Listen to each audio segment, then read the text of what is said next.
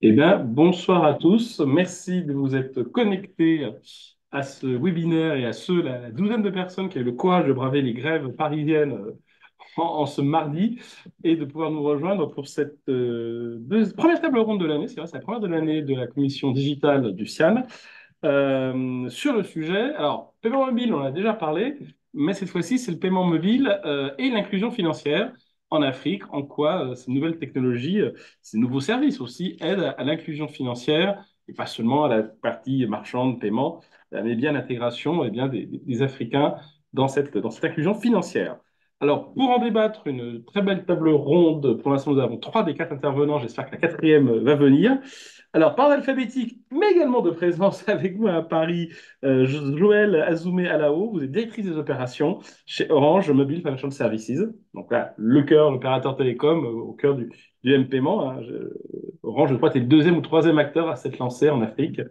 Il y a Safaricom en premier, et puis après, c'est avec NTN en 2008, vous vous Oui, battiez pour avoir la seconde place exactement. historique. Donc, c'est normal que vous soyez aussi avec lui. Alors, pour l'instant, je continue à l'ordre alphabétique, mais je saute une personne qui n'est pas encore présente. Nous avons en présent Chloé Guéguen, qui est Digital Financial Inclusion or FinTech Advisor, Gender Protection and Inclusion Services, à la World Food Programme, WFP. Bonjour Chloé, on vous voit, vous êtes heureuse. Bonjour à tous. Bonjour Chloé, et vous êtes depuis WFP Amman, oui, en voilà, Jordanie. WFP ou Programme alimentaire mondial en français, Voilà. pardon. En français, oui, c'est vrai, je l'ai fait en anglais, mais vous avez raison, on peut aussi le franciser un peu. Et vous êtes depuis Amman, en Jordanie. Oui. Après, on va encore changer de continent. C'est vrai qu'on a trois continents aujourd'hui. On a, ouais, c'est ça, trois continents, parce qu'après l'Europe, après l'Asie avec la Jordanie, nous allons en Amérique, à Washington, avec Thomas Pifto, qui est expert secteur finance système des paiements de la Banque mondiale. Bonjour Thomas. Bonjour à tous. Et donc, notre quatrième continent, parce que nous avons aussi normalement l'Afrique, mais c'est la dernière intervenante qui est en train de se connecter. J'espère qu'elle y arrivera. Elle, depuis Nouakchott, en Mauritanie. C'est Lala Elgot, qui est directrice générale de l'inclusion financière à la Banque centrale de Mauritanie. Et si elle nous rejoint, on aura quatre continents, quatre intervenants dans quatre continents différents. Je pense que j'avais jamais fait ça. Bon, il faut absolument la prochaine fois avoir un Australien ou un Néo-Zélandais. Après, ça va être compliqué avec les fuseaux horaires, je pense. Donc, on va rester à 4, c'est déjà pas mal. Mais ça montre bien la dimension internationale des acteurs autour de ces services. Ce que je vous propose, en espérant que Lala pourra nous rejoindre, c'est peut-être de commencer cette conversation par un petit peu un état de l'art de l'inclusion financière en Afrique. C'est vrai que c'est un sujet dont on parle beaucoup, qui devient un sujet de plus en plus important également pour les bailleurs de fonds internationaux, je pense à la Banque mondiale, mais pas que. Donc peut-être faire un petit bilan. Qui voudrait se lancer dans l'opération? Je ne sais pas. Alors désolé, je me retourne parce que c'est vrai que la Ouais. disposition fait que Joël et moi, on parle aux gens qui sont dans la salle, mais on a les autres intervenants dans le dos, donc c'est assez compliqué. Thomas et Chloé, n'hésitez pas à prendre la parole de vive voix parce que je ne vous vois pas. Donc, c'est un peu l'inconvénient du dispositif. Thomas, peut-être un petit premier point global sur votre vision de où on est cette inclusion financière, notamment sur le continent africain. Avec grand plaisir, je peux commencer parce que c'est notamment un des rôles de la Banque mondiale. Donc pour résumer, j'aurais tendance à dire que les difficultés d'accès financier euh, en Afrique sont entre assez importants et très importants en fonction des juridictions, comparé aux autres régions du monde. Peut-être pour éclairer cette introduction, deux statistiques qui, je trouve, sont vraiment parlantes de ce point de vue-là. En termes d'accès à un compte de transaction, en Afrique subsaharienne, on est passé de 23% de la population adulte en 2011 à 55%. Donc on voit une vraie grosse progression, même si on reste bien en deçà de la moyenne mondiale qui est à 76%. Et peut-être une deuxième statistique pour mettre cela en relief, en matière d'accès à un compte de mobile money, en Afrique subsaharienne, là aussi, on est passé de 12% de la population adulte en 2014 à 33% en 2021. Donc c'est un triplement. Euh, et ça nous permet de dire qu'on a une véritable amélioration de l'inclusion financière en Afrique sur la dernière décennie, qui est principalement drivée par l'accès aux services de mobile money, et donc à l'arrivée de nouveaux acteurs, typiquement les opérateurs télécoms, avec un effet combiné également d'une nouvelle vague de fintech et d'acteurs innovants qui sont arrivés plus récemment, et puis bien sûr l'effet du Covid qui a catalysé tout ça. Euh, donc là, on parle d'accès au compte de transaction. C'est une métrique qui a longtemps été utilisée pour mesurer l'inclusion financière, mais c'est pas la seule. Et on voit bien que la plupart des institutions aujourd'hui se tournent vers de nouveaux indicateurs parce que c'est bien d'avoir accès à un compte de transaction de base, mais c'est encore plus important de l'utiliser. Et donc, il faut également suivre les progrès qui restent à faire en matière d'utilisation des services financiers et en matière de, disons, d'élargissement de la gamme de services qui sont accessibles aux populations et la qualité des services financiers qui sont fournis. De ce point de vue-là, l'Afrique subsaharienne, euh, il faut noter que si on a une vraie amélioration de l'accès aux comptes, en matière d'utilisation, euh, dans la plupart des cas, les comptes bancaires traditionnels et les comptes de monnaie électronique ou les comptes de paiement restent souvent cantonnés à un nombre vraiment limité de cas d'usage. Typiquement le cash in, cash out auprès d'un distributeur de billets ou auprès d'un agent. Et quand on regarde un petit peu les statistiques, on voit bien que le nombre de transactions numériques par tête reste de manière générale bien plus faible que dans beaucoup d'autres régions du monde. Donc il y a un vrai travail à faire là-dessus. C'est notamment le fruit des réflexions de la Banque mondiale qui est en train de changer ses indicateurs de performance à haut niveau. Et on s'intéresse de plus en plus à l'utilisation des services financiers plus qu'à l'accès uniquement. Euh, puis peut-être pour terminer, avant de donner la parole aux autres intervenants, la qualité des services fournis est également très important et on voit des vraies disparités en fonction des juridictions. Euh, Peut-être un chiffre qui est assez pertinent là aussi. En Afrique subsaharienne, un individu sur cinq qui n'a pas accès à un compte de transaction de base cite comme une des principales raisons le manque de confiance dans les institutions financières. Et donc, ça montre bien qu'il faut aussi travailler sur cette confiance, typiquement avec un cadre réglementaire qui est plus favorable à la protection des consommateurs, à la transparence, etc. Donc voilà, ça, c'est un chantier peut-être plus prospectif. Mais je vais laisser la parole à mes Mais collègues. juste peut-être une question additionnelle. Alors, j'enfonce une porte ouverte pour vous, mais je pense que c'est bien aussi de le dire pour tous ceux qui nous écoutent, que ce soit en direct ou via Zoom. Pourquoi c'est important de suivre l'inclusion financière? Pourquoi c'est un sujet important? Alors, pourquoi c'est important? Je vais peut-être citer quelques exemples. Typiquement, l'expérience sur les dernières décennies et la littérature économique montrent bien un certain nombre d'impacts délétères de l'exclusion financière. Typiquement, en matière de planification et de gestion financière, de budgétisation pour les individus et les entreprises, en matière de financement de l'économie, typiquement l'accès au financement pour les petites et moyennes entreprises, en matière de résilience pour faire face à des chocs économiques ou climatiques. Donc voilà, ça c'est bien montré par la littérature. Je pense que pour bien comprendre l'intérêt et l'importance de l'inclusion financière, il faut aussi regarder les choses peut-être par l'autre bout de la lorgnette, disons, et regarder les bénéfices et les effets positifs que l'inclusion financière peut apporter. Euh, et je pense qu'ils sont relativement nombreux. Le plus évident, c'est l'impact de l'inclusion financière sur la vie des gens, euh, en termes de simplicité d'utilisation, de gains temporels, de trajets évités pour aller retirer de l'argent auprès d'un agent, par exemple. Mais on a également d'autres bénéfices qui sont peut-être parfois moins évoqués. Je pense que mes co-intervenants vont en parler aussi. Mais typiquement, en matière de réduction des inégalités femmes-hommes, euh, aujourd'hui, en Afrique subsaharienne, on a toujours 12 points de pourcentage de différence entre les femmes et les hommes en matière d'accès aux comptes. Et on voit bien dans nombre de juridictions, l'exemple typique, c'est l'Inde, que l'accélération de l'inclusion financière permet généralement de réduire cet écart. On a tout un courant de recherche sur la résilience et l'adaptation au changement climatique et en quoi les services financiers numériques permettent de mieux s'adapter à ces changements. Donc voilà, peut-être pour conclure, parce que je monopolise un petit peu la parole, euh, quelque chose qu'il faut bien retenir et qu'on communique très souvent dans nos rapports à la Banque mondiale, c'est que la conférence d'aujourd'hui, on parle de paiement mobile, de M-paiement, et les paiements, et en particulier les paiements mobiles, ce sont souvent une porte d'entrée en fait vers d'autres services financiers plus sophistiqués entre guillemets, donc épargne, crédit, assurance, etc. Et en fait, disons, c'est une première étape qui permet d'avoir accès à un compte, de se familiariser avec, de l'utiliser et ensuite de capitaliser sur d'autres services. On voit bien en Afrique subsaharienne que c'est une tendance qui existe déjà depuis un certain temps. Ça fait déjà une décennie que les premiers opérateurs historiques de mobile money, typiquement M-Pesa au Kenya, se sont diversifiés avec des services comme M-Shwari ou des partenariats avec des acteurs bancaires pour, disons, s'éloigner des paiements et proposer des services à valeur ajoutée en matière d'épargne, de crédit, etc. Mais je pense que c'est vraiment le message clé qu'il faut retenir. Et c'est pour ça que le M-paiement est important dans cette perspective.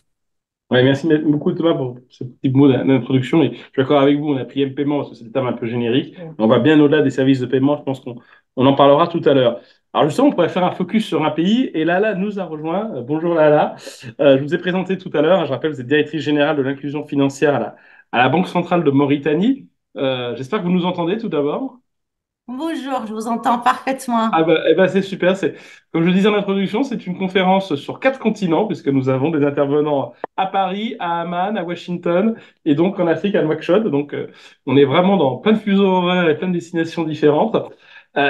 Justement, en rebond, peut-être nous présenter un peu le cas concret de la Mauritanie et où en est l'inclusion financière aujourd'hui dans votre pays. Voilà, quel bilan vous tirez aujourd'hui de où en est l'inclusion financière, avant, après, bien sûr, tout à l'heure, de parler de ce qu'on fait en termes de technologie et de services. Mais aujourd'hui, si vous deviez nous faire un petit bilan de la situation de votre pays, quel serait-il sur l'inclusion financière, l'état de l'art, les difficultés rencontrées, par exemple? Écoutez, merci infiniment pour l'opportunité qui m'est donnée. Merci à mes collègues Thomas et aux autres qui m'ont permis aujourd'hui de participer à ce panel. Euh, et merci à vous aussi pour cette question et et de parler de la Mauritanie aujourd'hui. Alors, pour ce qui est de l'inclusion financière, en fait, moi, je profite à chaque fois, j'ai saisi toute occasion pour revenir sur la définition de la Banque mondiale et celle nous adoptons, nous, au niveau de la Mauritanie. Et donc, pour nous, l'inclusion financière, c'est de donner des moyens à l'ensemble de la population d'accéder à des services financiers. Et donc, à travers cet ensemble de Mauritaniens, par exemple, ou l'ensemble des utilisateurs, nous savons que nous avons des utilisateurs qui ont plus ou moins des moyens pour être inclus via soit des services bancaires, soit d'autres services. Mais n'oublions pas non plus la situation économique et sociale de l'Africain d'une manière générale et d'une très grande partie des citoyens mauritaniens. Il faut savoir que les services financiers n'ont pas les mêmes coûts. Les services financiers bancaires sont extrêmement coûteux pour des pays comme le nôtre, par exemple, parce qu'il s'agit il s'agit des structures qui génèrent des coûts qui sont inhérents à leur activité. Donc, il s'agit de construire des bâtiments, il s'agit de transférer des fonds, il s'agit de mettre des personnes qui ont un salaire dans ces agences. Et donc, quand on est un pays de 4 millions d'habitants, qui sont un petit peu dispersés. C'est un pays aussi qui représente une grande partie qui est désertique. Vous savez, pour des petites communes de 10, de 20 et de 30 habitants, il n'est pas rentable de mettre une agence et de toute façon, si on met cette agence, les coûts liés à cette agence ne pourraient pas être payés par les personnes cibles de ces services. Donc, une grande majorité de la population ne peut pas se permettre de payer les coûts des services bancaires classiques parce qu'ils représentent des charges inhérentes à cette activité et qui sont importantes pour ces personnes. Aussi, il ne faut pas qu'on oublie qu'ici, par exemple, il y a souvent besoin d'une garantie bancaire pour bénéficier d'un financement. Cette garantie, les populations que nous ciblons à travers l'inclusion financière ne peuvent tout simplement pas l'apporter. Parce qu'il faut soit être propriétaire d'un logement qui a une valeur soit équivalente, soit supérieure au financement demandé. et que, il y a une grande partie de la population dont le logement n'a aucun papier. En fait, il n'y a pas tout le temps un titre foncier qui permet de mettre en gage sa maison pour pouvoir se financer auprès d'une banque. Et donc, de ce fait, il faudrait une alternative qui répond aux besoins de ces populations-là. Il ne faut pas non plus oublier que c'est des personnes qui vivent généralement par exemple, des animaux qu'ils élèvent ou des petites activités qui génèrent juste ces activités génèrent juste de quoi vivre et donc elles n'ont pas ce surplus pour se déplacer en ville, par exemple, quand ils veulent vendre des animaux. Et sinon, il y a une perte ou un manque à gagner pour eux. Et donc, cette alternative, elle doit correspondre à un moyen qui peut arriver jusqu'à eux, qui leur permet de faire des opérations basiques et finalement peut permettre aussi aux jeunes, parce qu'on est un pays de 70% de jeunes, et qui leur permet de créer des petits projets. Ces projets permettent l'emploi et l'intégration de ces jeunes. Et en fait, c'est là où on en arrive donc à cette définition par laquelle j'ai commencé, donc donner l'accès aux services financiers. Donc, on peut citer notamment un moyen de paiement, un compte bancaire ou alors un compte dans un établissement financier, peut-être une assurance si jamais on arrive à avoir un accès large au compte et au transfert, et puis finalement peut-être permettre un financement. Et donc, il y a un dispositif que nous avons commencé à mettre en place, mais avant d'arriver à ce dispositif, j'aimerais quand même signaler que ces personnes qui sont cibles en général de l'inclusion financière, qui sont soit des personnes du milieu rural, soit des personnes qui ne gagnent pas suffisamment leur vie, et en particulier des femmes. Souvent, les femmes font un sacrifice au début de l'année pour leurs enfants et pour leur famille, et ce qui fait qu'en fin de compte, elles se trouvent dans une inégalité salariale plus tard parce qu'elles occupent les postes un peu plus tard. Donc, ce qui nous pousse à les cibler aussi en particulier parce qu'elles font pas attention à leurs finances au début, très prises par leur famille et qu'après, elles se trouvent vulnérables vis-à-vis financièrement par rapport aux hommes. Il y a les autres catégories. Nous sommes un pays aussi qui est frappé par les changements climatiques. Nous avons des grandes vagues de sécheresse qui mettent en danger l'économie d'une manière générale parce qu'on a une grande population qui vit de l'élevage et de l'agriculture. Et puis, nous avons, quand il y a la pluie, en général, elle est forte et donc ça crée des inondations. Et donc, les personnes qui ont des petits magasins, souvent, ils perdent une grande partie de leurs économies qui sont dans ces magasins. Ils en vivent suite à ces phénomènes liés au changement climatique. Ce qui nous fait arriver aussi à la problématique assurantielle.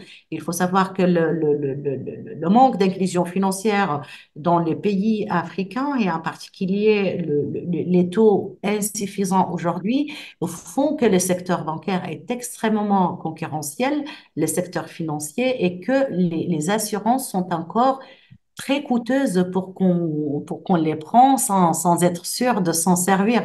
Et donc, le manque d'assurance fait que les économies des personnes en général et leurs investissements desquels ils vivent sont tout le temps challengés et elles peuvent les perdre à tout moment sans avoir sans pouvoir être remboursées de quelconque partie parce que il n'y a pas d'assurance obligatoire dans le cadre des magasins.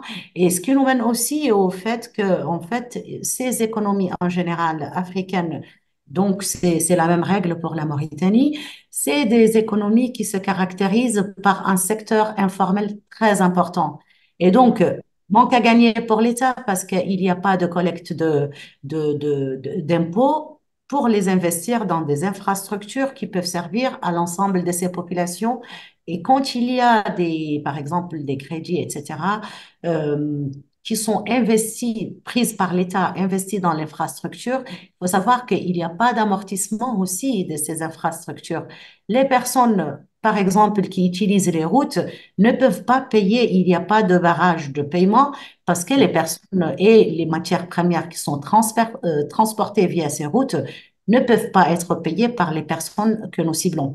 Donc, ce qui nous amène, bon, j'ai cité plusieurs, je pense, défis à ce stade-là, les territoires très larges, le manque, enfin, un certain manque quand même d'éducation qui est lié aussi à la largesse du territoire et aux défis liés à l'infrastructure qui peut pas couvrir un territoire, par exemple, le territoire de la Mauritanie qui fait 2 fois les territoires de la France avec un nombre d'habitants qui est quasiment le nombre d'habitants de la France divisé, on va dire, par 7 ou 8 parce qu'on est environ à un peu plus que 4 millions d'habitants. Et donc, vous voyez, c'est quand même des populations qui ont des moyens assez modestes et qui ne peuvent pas payer le coût d'infrastructures qui sont aujourd'hui très coûteuses et que c'est l'État qui assume le coût total de ces infrastructures auquel on ajoute les défis climatiques avec les sables qui bougent et qui font des barrages et il faut déplacer, il faut déplacer des engins et ce n'est pas sans coût, y compris pour l'État. Ce n'est pas du tout une image que j'aimerais donner, ce n'est pas une image noire de la situation en Afrique. Non, non, Parce que mais c'est des c'est personnes réaliste. qui vivent, c'est des personnes qui vivent indépendants. Ils n'ont pas la contrainte des impôts, ils n'ont pas la contrainte, ils n'ont aucun stress. Ils vivent avec ce qu'ils gagnent. Et, et donc ça, c'est quelque chose aussi qu'ils ont eux. Quand ils gagnent beaucoup parce qu'ils ont eu une bonne année, ils sont bien. Quand c'est une année challengeuse, bon, ils font comme ils peuvent.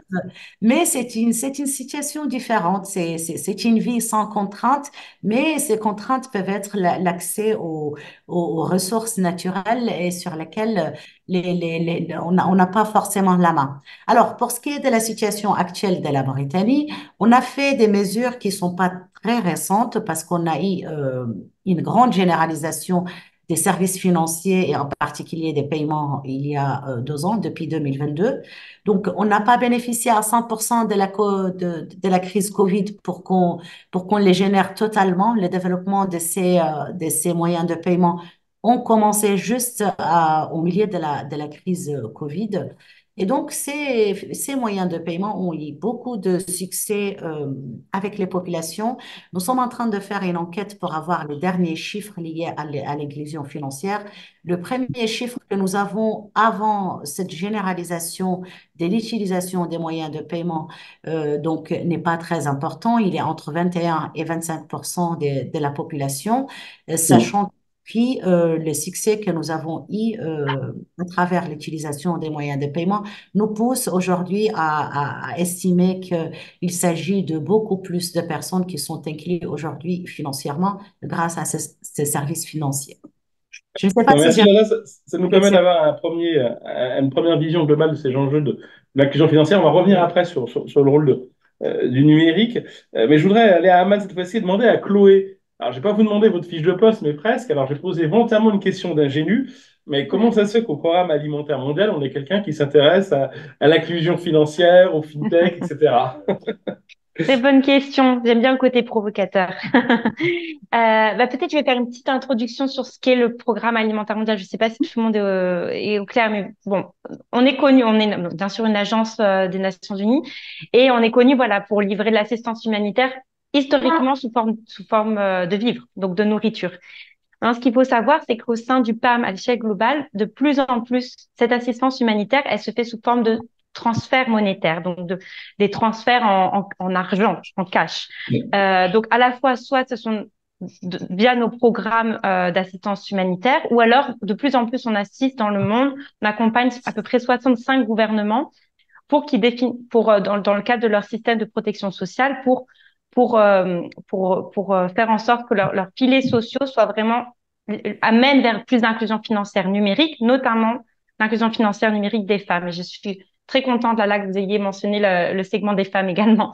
Alors, pourquoi l'inclusion financière numérique au sein du PAM? Il faut savoir qu'on voit vraiment cela comme un axe vraiment stratégique pour le programme alimentaire mondial.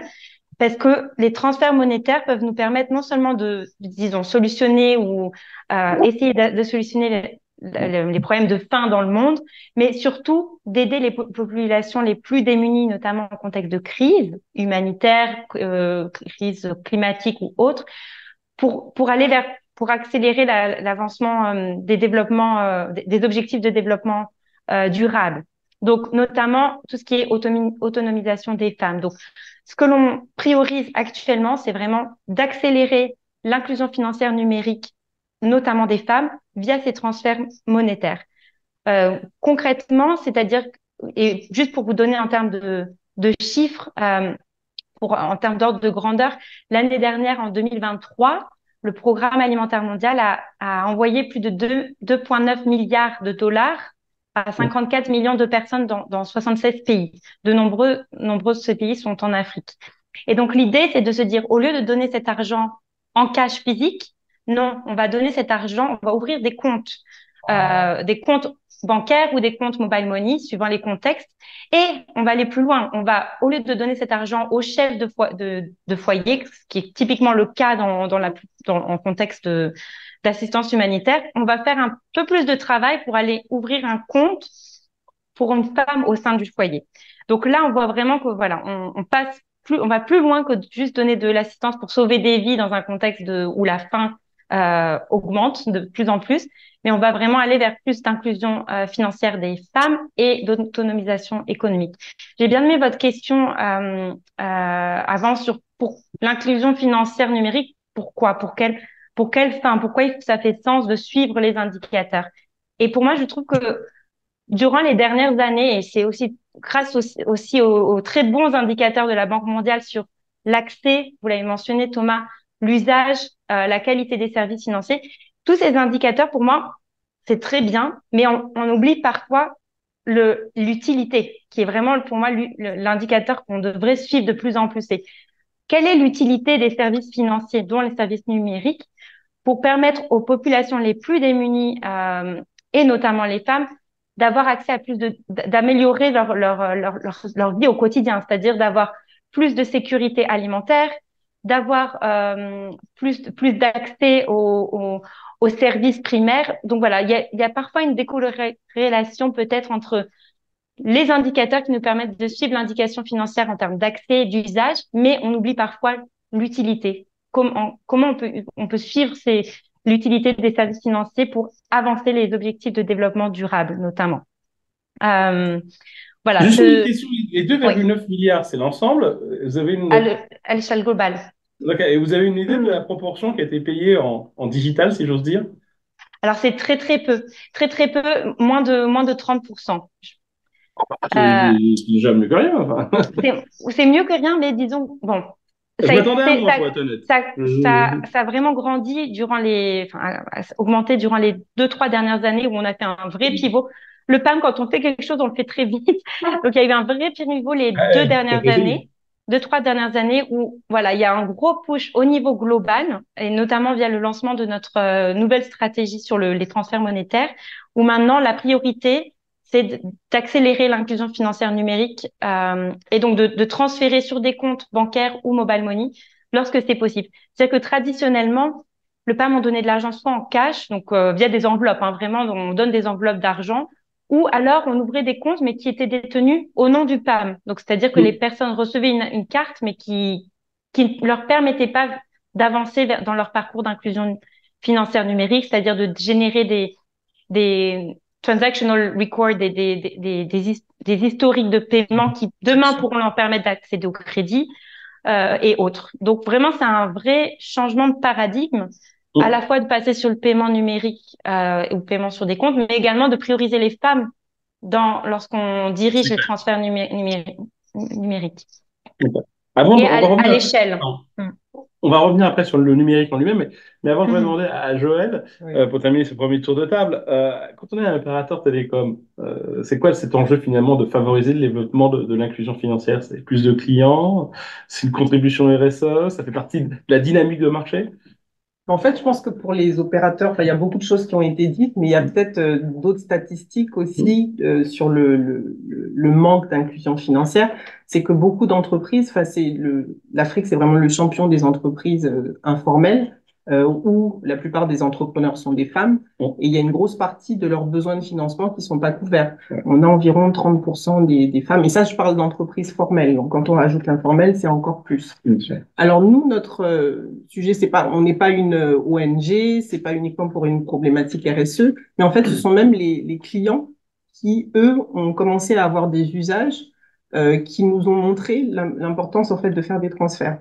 Le mobile money, c'est les clients qui l'ont commencé avant même qu'on ait pu créer ce style de produit, puisque c'était les distributeurs, en fait, qui, pour s'échanger de l'argent, eh ben, se transféraient du crédit. Et en fait, c'est à partir de ces usages-là que l'idée est venue aux opérateurs, en fait, de permettre le transfert d'argent. Alors, l'inclusion financière, ça permet aussi de fidéliser les clients. Donc, un client qui a un peu son compte bancaire sur sa SIM est beaucoup plus fidèle. Ce client-là va être plus adhérent, il va avoir des usages dans tout un écosystème. Ça permet de nouer des partenariats, etc. Donc, l'inclusion, le manque d'inclusion financière, c'est une opportunité et c'est surtout pour servir des clients qui n'ont pas accès aux services bancaires. Toutes les limitations qui ont été citées avant, le coût, les distances, le fait de ne pas avoir d'agence bancaire à proximité, le fait de ne pas avoir la documentation nécessaire pour accéder au crédit, le fait de ne pas pouvoir constituer de dossier formel, le fait de ne pas être salarié, empêche l'accès à des solutions de financement. Et donc, nous, on a une alternative, une vraie alternative pour ces clients-là qui n'ont pas accès aux services bancaires. Et alors, justement, moi, je voudrais qu'on revienne un peu plus sur qu'est-ce que le numérique apporte de plus dans justement cette question sur l'inclusion financière. Si je me tourne vers là, quand on est une banque centrale, pour moi, on aime les pièces, les billets imprimés en papier. Pourquoi les banques centrales s'intéressent-elles tant donc au numérique pouvant aider à cette inclusion financière? Alors, merci beaucoup pour cette question. Je voulais juste revenir sur le cas des opérateurs. Je voudrais dire que c'est vraiment quelque chose qui est très important dans l'inclusion financière et je pense que c'est ce qui manquait à la Mauritanie avant cette année où les opérateurs classiques ont eu des agréments pour se lancer aussi dans cette bataille et dans cette initiative qui est la nôtre, qui s'appelle l'initiative vers l'inclusion financière. Parce que à travers le canal USSD, qui est en fait en général le moyen qui permet à quelqu'un qui n'a pas de smartphone de faire des transactions, à travers ce canal, peu importe là où se trouve la personne, du moment qu'elle accède au réseau pour appeler, elle peut faire des transactions financières et donc peut détenir un compte wallet pour faire ces opérations. Et donc, c'est ce qui nous amène, nous, du coup, à la Banque centrale. La Banque centrale, son objectif, bien sûr, il est économique. Donc, c'est important pour la Banque centrale de pousser au développement économique du pays. Et à travers le développement économique, l'inclusion, justement, c'est vraiment un sujet extrêmement important parce que les financements, par défaut, il permet de créer des opportunités d'emploi, de créer la valeur, la richesse. Le fait de faire des transactions à distance, cela permet également de faire des économies à des populations qui en ont besoin, le développement des populations et l'intérêt globalement de la Banque centrale. Aussi, il y a d'autres intérêts qui relèvent, par exemple, des données. On a besoin des données pour surveiller les transactions qui se passent dans le pays. Et vous savez que le cash ne génère aucune trace et donc aucune analyse ne peut être faite de notre côté. Il y a aussi lié à la stabilité financière parce que des institutions qui sont non fréquentées par des populations ne peuvent pas perdurer parce qu'en fin de compte, il y a aussi un enjeu il y a un enjeu aussi du business. Quand on a une offre et qu'elle est diversifiée et que les institutions sont en concurrence, c'est pour l'intérêt des populations. Mais il faut qu'il y ait déjà des populations qui fréquentent ces institutions pour qu'on puisse aussi avoir un regard pour adapter nos différentes stratégies et pour jouer le rôle qui est le nôtre, qui est aussi en fait, vous savez que la littérature et les preuves sont multiples pour montrer les liens entre l'inclusion financière, la stabilité monétaire et la stabilité financière. Donc, ces preuves sont présentes et l'intérêt pour la Banque centrale, bien sûr, de par ses missions qui lui sont données à travers la stabilité monétaire et financière, il y a aussi l'enjeu de la lutte contre le blanchiment d'argent et le financement des terrorismes. Vous savez que nous, les opérations en cash, on ne peut pas les analyser, on ne sait pas qui les font. Et pareil, de la même manière, économiquement, on ne peut pas faire des efforts pour les petites, moyennes entreprises qui sont extrêmement importantes pour le développement social de la population si nous avons aucune donnée. En fait, tout va de l'inclusion financière quand on est une banque centrale. C'est très important que cette inclusion soit au maximum pour s'adapter, adapter ses politiques, mais aussi pour faire les efforts là où il y a besoin de les faire. Parce que sans données, on ne sait pas là où il faut pousser, en fait. Donc, si on a des données, cela nous permet justement de nous concentrer sur les cibles, sur les parties où il faut faire les efforts, mais cela aussi nous permet de collaborer avec le gouvernement, l'État et d'orienter les politiques, y compris sociales, vers les personnes qui sont réellement vulnérables. À cet effet, nous avons fait trois avancées cette année. Il y a déjà le registre social. Nous sommes l'un des pays qui a un registre social qui permet de savoir quelles sont les personnes qui sont réellement vulnérables dans le pays. Ça, c'est grâce au numérique qu'on a pu avoir cette avancée et c'est quelque chose d'important. Le deuxième élément, c'est l'ISSD. Le canal ISSD a été libéralisé et l'accès maintenant est possible à travers l'autorité de régulation et son texte qui a été promulgué il y a quelques mois. Et puis, nous avons aussi, avec la Banque mondiale, et c'est le plaisir pour moi de parler de ce projet dans lequel nous travaillons ensemble avec Thomas, nous avons un projet extrêmement ambitieux sur les paiements instantanés parce qu'actuellement, en fait, nous avons commencé à avoir un nombre important de transactions. Mais encore une fois, nous sommes encore dans la télécompense, qui est un petit peu différé à travers une ou deux compenses par jour, c'est insuffisant. Nous pensons que c'est vraiment important, la rapidité, c'est important que le bénéficiaire final, quand il fait sa transaction, qu'il puisse disposer de son argent au moment où il ne dispose plus de son bien. Et à cet effet, il faut aller vers, je pense qu'il faut aller vers les dernières innovations. Heureusement que l'innovation, l'histoire n'est pas importante. Enfin, on n'a pas besoin de respecter l'arrivée de chaque innovation. Je pense que c'est important aussi pour les Africains aujourd'hui et pour la Mauritanie d'aller directement vers les dernières innovations et de bénéficier de toutes les corrections qu'il y a eu entre-temps et d'apprendre de l'expérience des autres pays pour gagner. On va parler des innovations tout à l'heure.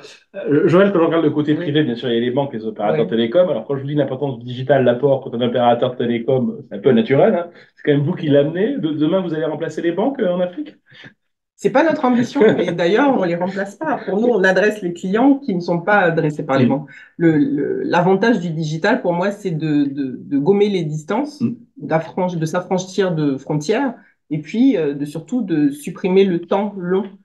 Les transactions, elles sont instantanées, elles sont traçables et elles sont sécurisées. Bon. Après, il y a peut-être aussi Mm. parfois des difficultés à ce niveau-là. Mais voilà, en fait, l'apport du digital. C'est je peux effectuer une transaction sans me déplacer. Ubiquité. J'ai un exemple très parlant en Guinée où j'avais lancé le service Orange Money où il y a un monsieur qui m'appelait chaque semaine pour me dire merci. Pourquoi? Parce que depuis qu'il avait son petit kiosque où il pouvait aller déposer de l'argent, envoyer de l'argent à son fils, il avait plus besoin de faire un long trajet. Et donc, à chaque fois qu'il le faisait, il m'appelait, il me disait merci. Donc voilà, c'est des choses très concrètes, en fait, qui ont un impact sur la vie des gens. Et donc, le digital, c'est un formidable outil, en fait, pour pouvoir adresser le monde de façon internationale, de pouvoir s'ouvrir aux autres et puis surtout de pouvoir avoir des solutions simples, rapides et sécurisées.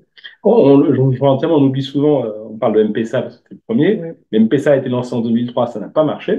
Ça a été relancé en 2008. Alors, il avait simplifié, certes, mais ça a eu un énorme succès au Kenya au moment de la crise politique après la présidentielle, hein. Et que Oui. finalement, quand on sortait dehors, on s'essayait de se prendre un coup de machette, ce qui est jamais agréable. Et en fait, ça a décollé comme ça. Et on ne le dit pas trop souvent, parce que c'est pas très de nous en marketing ou en com, mais très souvent, ça a décollé dans certains pays parce que ça permettait de limiter les risques de sortie physique. Le Exactement. Mali, ça a été le cas, Et la etc. Côte Et d'Ivoire, la Côte d'Ivoire en qui a été le 2010-2011. premier pays Exactement. qui l'a lancé. Ouais, tout à fait. Oui. C'est vrai que c'est la dimension ubiquitaire dont vous parlez est absolument clé. Chloé, pour vous, vu de votre fenêtre, hein, donc dans ce que fait le programme alimentaire mondial, c'est quoi l'apport du numérique? Parce que si je comprends bien, quand moi je trouvais 30%, c'était beaucoup, vous étiez un peu déçu, mais votre objectif à la fin, c'est quoi? C'est 100% en digital? Oui, oui, oui, c'est vraiment d'aller vers 100% dans les contextes qui le permettent. On est Oui, bien conscient, sûr. bien sûr, que on peut faire ça, aller vers du digital, ouvrir des comptes dans les contextes où il y a un écosystème mobile money qui est existant. Et c'est pour ça que le PAM, on travaille beaucoup en collaboration avec les différentes parties de l'écosystème, donc que ce soit la Banque centrale, mais également tous les FSP, pardon, les fournisseurs de services mobiles et de services financiers, donc banques et autres, pour travailler sur cet écosystème. Parce qu'on est conscient que dans beaucoup de pays dans lesquels on travaille, donc qui sont dans des contextes de crise, l'écosystème n'est pas là. Donc, dans ces cas-là, bien sûr, on continue sur de l'assistance en vivre.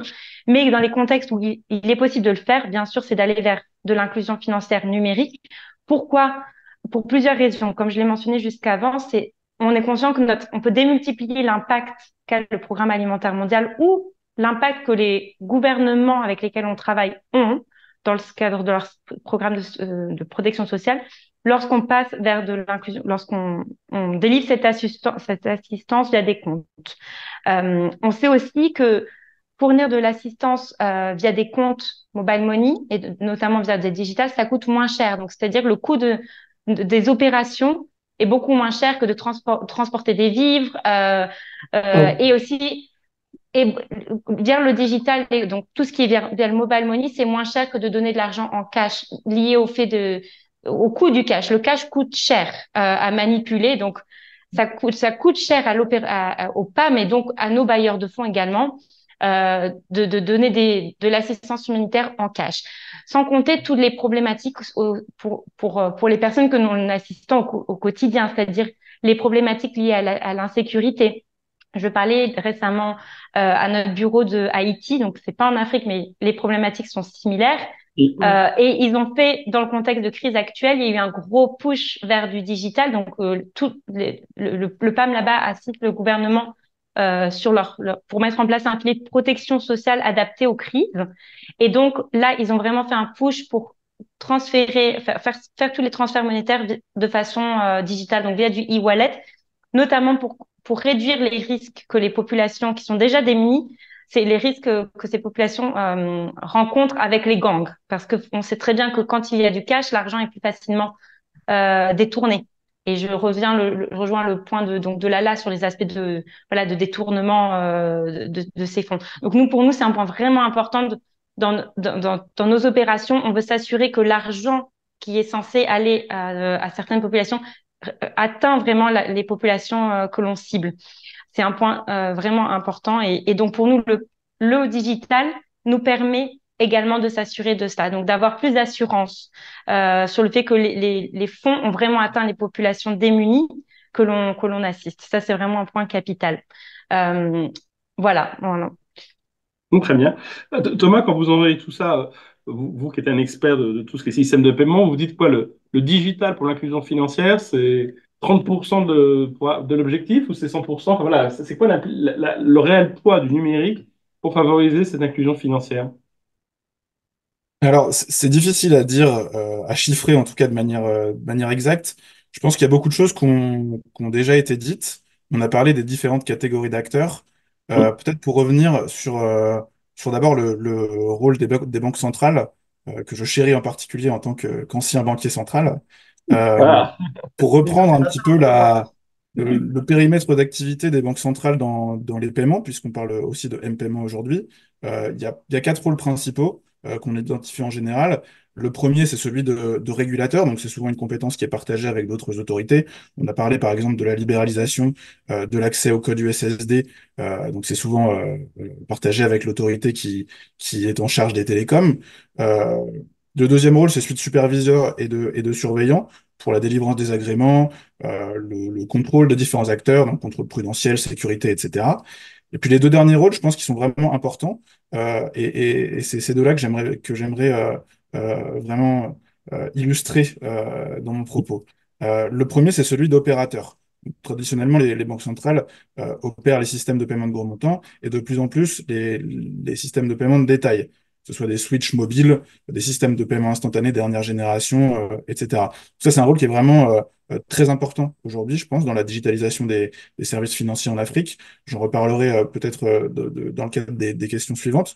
Et le dernier rôle, c'est celui de catalyseur, de, d'animateur des discussions de marché au sein de l'écosystème des paiements et de l'écosystème des services financiers de manière plus générale. Et je pense qu'il faut vraiment insister dessus parce que c'est souvent ce rôle que les banques centrales ne remplissent peut-être pas suffisamment sur le continent. Euh, les paiements, c'est un marché compliqué, c'est un marché biface avec une diversité d'intermédiaires. Euh, et donc, il y a vraiment une nécessité de la part des banques centrales d'être moteur sur ces sujets-là, en animant le marché, en coordonnant les acteurs, potentiellement en créant un conseil national des paiements, en lançant des initiatives de standardisation des protocoles. Euh, je pense par exemple aux standards nationaux en matière de QR code. Donc voilà, c'est ce que je voulais ajouter sur les banques centrales. Peut-être très rapidement concernant la digitalisation des autres acteurs, euh, je pense que déjà peut-être deux remarques générales. Il faut pas systématiquement opposer les acteurs traditionnels et les nouveaux acteurs, qu'il s'agisse des opérateurs ou des fintechs, puisque ça peut aussi être une logique de compétition vertueuse qui permet justement d'accélérer l'inclusion financière et donc d'agrandir la taille du gâteau, c'est souvent ce qu'on dit, pour que les différents prestataires se partagent les nouveaux clients et que tout le monde en bénéficie, en quelque sorte. Cette collaboration, elle peut aussi mener à des partenariat entre les acteurs. Je parlais de M-Shwari tout à l'heure, donc je pense que c'est au bénéfice de l'ensemble des acteurs. Euh, Deuxièmement, je pense qu'il ne faut pas sous-estimer le rôle des fintechs. Euh, et je pense qu'il faut que les banques centrales aussi se chargent de plus en plus là aussi de catalyser un petit peu l'activité des fintechs au sein du marché, mais toujours en gardant en tête une approche proportionnelle. Voilà, il faut encadrer par rapport aux risques, il faut encadrer par rapport aux activités, et il faut éviter d'avoir un avantage comparatif pour l'un ou l'autre acteur. Il s'agit des banques, des opérateurs téléphoniques qui sont arrivés ensuite, euh, ou des fintechs qui sont arrivés plus récemment. Euh, à mon avis, comme je le disais au début, l'ensemble des acteurs ont un rôle à jouer. Euh, les banques, traditionnellement, effectivement, se positionnent plutôt sur des segments de marché étroits, avec des populations qui sont plus urbaines, plus aisées, qui ciblent plutôt les grandes entreprises aussi. Et donc, voilà, je pense que les banques ont une vraie transition numérique à réussir pour réduire leurs coûts opérationnels et ensuite aller toucher des populations plus larges. Donc, il faut pas les oublier. Et puis, elles ont un rôle, évidemment, dans la stabilité financière, dans la transformation monétaire, etc. Donc, ce sont des acteurs clés. Les opérateurs télécoms, je pense que ça a bien été illustré par Joël, euh, ils viennent un petit peu bousculer les banques dans un certain nombre de marchés. Donc là où ils sont déjà largement établis, l'enjeu pour eux, ça va être de résister aux nouvelles fintech, aux nouveaux acteurs. Et dans les pays où leur présence est encore plus limitée, ça va être de faire ce qu'ils ont déjà très bien fait jusqu'à présent et d'élargir l'inclusion financière en touchant de nouvelles populations. Puis après, j'ai mentionné les fintech. Je pense que ça a beaucoup de potentiel sur le continent africain, que ce soit en termes de nouveaux services. Par exemple, de plus en plus des différentes catégories de services de crowdfunding. En termes de modèles d'affaires, on a typiquement des nouveaux acteurs, mobile money, donc monnaie électronique, qui sont pas des opérateurs traditionnels et qui viennent se positionner avec une nouvelle stratégie de pricing, avec un nouveau business model et qui peuvent là aussi jouer un rôle dans la compétition vertueuse, disons. Puis, il ne faut pas également sous-estimer l'impact des nouvelles technologies apportées par les fintechs. Je pense c'est quelque chose qu'on entreaperçoit sur le continent africain, mais qui peut avoir beaucoup d'impact à l'avenir. Je pense notamment au paiement hors couverture Internet. On voit que certains pays, comme en Inde, UPI, le service de paiement instantané, a lancé UPI Lite qui permet de réaliser des paiements hors ligne pour certains cas d'usage. Et je pense que voilà, c'est quelque chose qu'il faut aussi penser pour le continent africain, dans la mesure où il y a un certain nombre de piliers facilitateurs qui peuvent encourager l'inclusion financière. Je pense notamment voilà, à la couverture Internet, couverture mobile, etc. Mais il ne faut pas attendre que ces choses-là arrivent pour innover et pour essayer de renforcer l'inclusion financière. C'est possible. Ouais, tout à fait. Alors, plein de choses positives dans tout ce qu'on a dit, donc je vais quand même poser la question négative. Évidemment, quelles sont aujourd'hui les difficultés, donc au cas d'intervenants, j'espère qu'elle est toujours avec nous, quelles sont aujourd'hui les difficultés rencontrées pour justement favoriser cette inclusion financière grâce au numérique? Est-ce que c'est des difficultés techniques? Est-ce que c'est des difficultés réglementaires? Est-ce que c'est des difficultés d'usage? Et les citoyens ont du mal à prendre le pli, la question de la confiance, une question d'écosystème, les opérateurs ont du mal à travailler avec les fintechs, avec les banques, les autres. Voilà. Aujourd'hui, pour vous, quelles sont les difficultés, les freins principaux par rapport à ce super projet de faire 100%, par exemple pour Chloé, 100% des dons du PAM en numérique? Aujourd'hui, qu'est-ce qui bloque? Alors, je dirais que c'est vraiment un mix de tout ce que vous avez mentionné, Ouais. hein. Première difficulté, donc, dans ce qui concerne peut-être pour le PAM, c'est sûr que c'est important, je pense, de différencier différents segments de la population. Certains segments de la population vont être plus facilement adressables que d'autres. En ce qui nous concerne pour le PAM, on parle vraiment des populations au bas de la pyramide, donc des plus démunis. Souvent, ces populations sont des populations qui habitent dans des zones difficilement accessibles. Et donc, sur le côté d'ordre technique, même si les réseaux d'agents mobile money permettent d'accélérer l'accès aux services financiers, on reste quand même loin d'une couverture d'agents. Enfin, dans les pays dans lesquels on travaille, les réseaux d'agents ne sont souvent pas suffisants. Donc il y a exemples d'ordre technique, des problèmes de connectivité aussi dans les zones dans lesquelles on travaille. Souvent en Afrique, il y a des très bonnes couvertures de réseau dans les capitales, mais quand on s'éloigne dans les zones urbaines ou dans d'autres zones, problème de connectivité qui limite tous les avantages du mobile money. Également des problèmes d'accès au téléphone.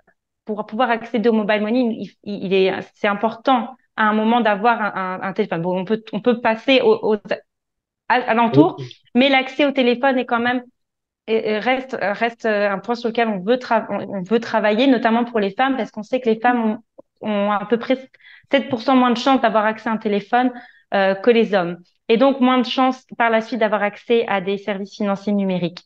Un point vraiment important, c'est que les produits financiers numériques actuels et les services de mobile money ne sont pas toujours adaptés au segment que l'on assiste, nous, en tant que PAM. Ces produits sont très adaptés pour les populations urbaines.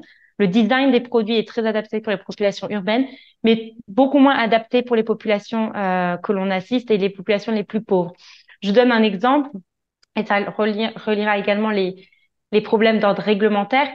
Les populations que l'on assiste sont souvent beaucoup de réfugiés, donc qui sont des populations migrantes également, qui n'ont pas toujours accès à une forme d'identification formelle, donc un ID, ou qui ont perdu cet ID.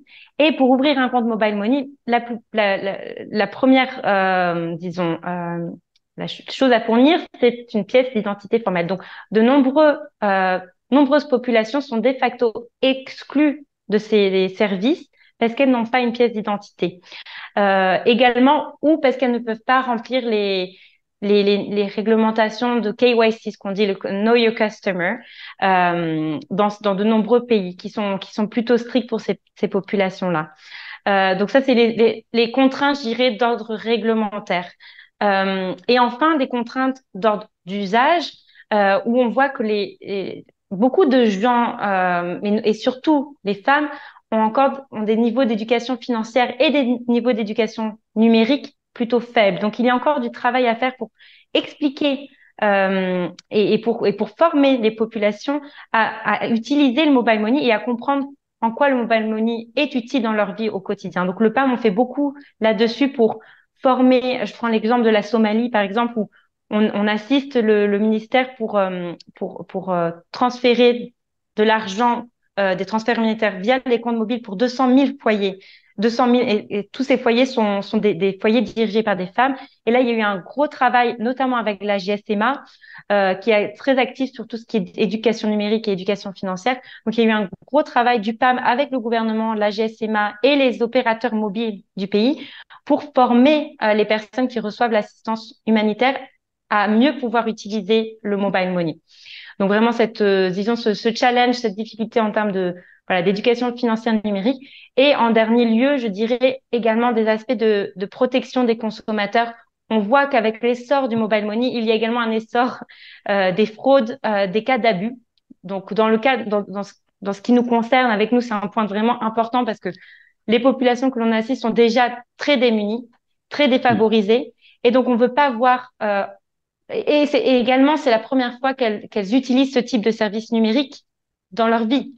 Donc, du coup, elles sont plus susceptibles d'être victimes d'abus, notamment d'abus des réseaux d'agents, souvent qui chargent des commissions supplémentaires pour les populations que l'on assiste. Donc, il y a encore beaucoup de travail à faire, je pense, sur tout ce qui est système de protection des consommateurs. Et c'est là aussi le rôle des banques centrales avec lesquelles on travaille dans de nombreux pays pour pouvoir vraiment s'assurer qu'il y ait des systèmes en place pour protéger les consommateurs et les nouveaux consommateurs, dont les femmes notamment. Alors Merci. Joël, Je veux vu bien, du oui. côté, vous voulez réagir, vu du côté privé, c'est quoi les difficultés? Oui, bah, c'est surtout, pour nous, elles sont surtout d'ordre réglementaire parce que l'innovation, en fait, elle n'a pas de limite. Aujourd'hui, on est limité, vous avez parlé à juste titre, Chloé, du KYC. Aujourd'hui, un client qui n'a pas de pièce d'identité ne peut pas ouvrir un compte ou alors il est très limité dans ses usages. Mais on pourrait, par exemple, autoriser les identifications biométriques. Ça, c'est des sujets, en fait, il y a des initiatives qui sont très, très longues à mettre en place dans ce domaine-là. Il y a le fait que parfois les usages avancent beaucoup plus vite que la réglementation. On constate souvent, moi je connais mieux les régulateurs d'Afrique subsaharienne, qui plutôt ont tendance à regarder et après commencer à réguler. Là, il y a une régulation sur les fintechs qui va être en préparation parce qu'ils laissent faire un certain temps, mais parfois les textes en fait ne permettent pas de réguler certaines activités. Donc ça, c'est un fait. Les autres freins, en fait, ils vont plus être après sur les règles étatiques qui gouvernent, sur les tarifications ou les taxes qui sont imposées. Je vais peut-être pas vous l'apprendre, mais souvent les opérateurs de téléphonie sont un peu vus comme les vaches à lait des gouvernements. Et donc, il y a parfois une taxation qui est confiscatoire. Et donc, on répercute ces taxes-là sur les utilisateurs finaux. Ce qui finalement est un cercle qui n'est pas vertueux. Je crois que Orange était parti du Niger il y a quelques années à cause de ça. Hein. Oui, exactement. Donc, il y a beaucoup d'innovations qui peuvent être faites pour répondre justement à ces problèmes-là. Après, dans l'éducation au digital, on a des initiatives également à travers notre fondation, à travers les maisons digitales, à travers les Orange Digital Center pour justement favoriser l'éducation au digital. On essaie de promouvoir des smartphones à faible coût. On a un smartphone qu'on a réussi à commercialiser à moins de $40. Donc voilà, ça reste encore énorme pour les populations qui sont ciblées par des organismes comme le PAM, mais voilà, il y a des initiatives qui sont prises dans ce sens-là. Après, tout ce qui est couverture réseau, en fait, il y a beaucoup d'investissements qui sont faits. Si je prends l'exemple d'Orange, on investit pour l'Afrique 1 milliard d'euros par an pour l'infrastructure réseau. Par contre, ce qui fait que même si 80% de la population est couverte, il y a environ 60% des personnes qui sont dans une zone couverte, mais qui n'ont pas accès justement parce qu'ils sont trop vulnérables et trop pauvres pour accéder à ces services-là. Donc oui, les freins qui ont été listés, je les partage entièrement. Mais l'innovation n'a pas de limite. Donc pour moi, il n'y a pas de frein technique. C'est souvent des freins réglementaires. D'accord. On demandera à Lala ce qu'elle en pense. Et juste avant, Thomas, vu de Washington, d'autres freins que ceux cités, ou freins qui vous paraissent plus importants? Bon, je pense que beaucoup de choses ont été dites en matière d'obstacles à l'inclusion financière. Nous, on partage toutes ces catégories dans notre méthodologie, notre typologie des freins à la Banque mondiale. Donc, typiquement, voilà, des revenus volatiles et faibles, un faible pouvoir d'achat, les contraintes géographiques pour se rendre auprès d'un agent, par exemple, l'informalité, le manque de documentation, le manque de confiance dans les institutions financières. C'est quelque chose que j'ai cité. Et puis, du côté des fournisseurs de services, parce qu'il ne faut pas oublier aussi le côté offre. Euh, des freins qu'on peut rencontrer, c'est typiquement des coûts d'exploitation élevés, notamment chez les acteurs traditionnels, des modèles commerciaux qui mettent du temps à évoluer, qui s'appuient sur des réseaux de distribution physique avec là aussi des coûts importants, une faible concurrence, une faible innovation, qui parfois est liée à la structure du marché d'un point de vue compétition. Donc voilà, c'est peut-être les choses que j'aimerais ajouter sur le panorama général. Pour entrer peut-être un petit peu plus dans le détail, puisqu'on parle de M-paiement là aussi, donc ce sont des choses qui dérivent directement des obstacles qui ont été mentionnés, mais d'un point de vue peut-être un peu plus technique, effectivement, je partage le constat qui a été fait que d'un point de vue réglementaire, c'est parfois difficile pour les juridictions de trouver un bon équilibre entre la gestion des risques et le soutien à l'innovation en favorisant vraiment une compétition saine entre les acteurs. Euh, Parce que là, on touche, rien que dans le domaine du paiement, à un certain nombre de réglementations qui sont différentes. On a parlé de la libéralisation des codes d'accès USSD, qui pèsent souvent plus sur les opérateurs. On peut aussi parler d'autres réglementations qui pèsent sur d'autres catégories d'acteurs. Typiquement, les régimes d'autorisation, les contraintes prudentielles sur les nouveaux établissements de paiement, sur les établissements de monnaie électronique. On peut parler de l'accès au système de paiement pour les établissements non bancaires, notamment pour le règlement des transactions, donc l'accès au RTGS. Donc voilà, d'un point de vue technique, je reviens encore sur le sujet en lien avec les paiements instantanés, parce que je pense que c'est vraiment important pour l'Afrique.